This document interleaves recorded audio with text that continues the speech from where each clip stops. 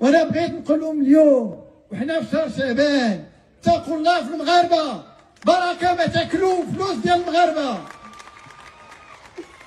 خلصوا من الهوامش الربح ديالكم، راه عطاكم الله الكافي باش انه بغينا انه الثمن ينزل باش المغاربه تكون عندهم الامكانيه انهم يوصلوا للحم.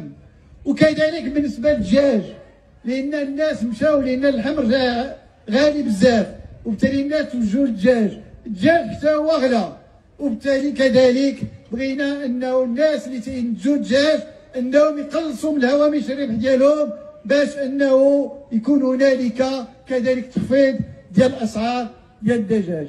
حنا بغينا ان يكون هنالك واحد التعامل ديال، نقولها بكل وضوح، واحد المنطق ديال ان يكون هنالك ربح عقلاني. حنا بغينا انه هاد الناس في هاد القطاعات ان يكونوا كذلك وطنيين في التعامل ديالهم، لانهم خصهم يعرفوا هما يربحوا ولكن المغاربه كذلك يسيبوا باش ياكلوا. هادشي اللي بغينا.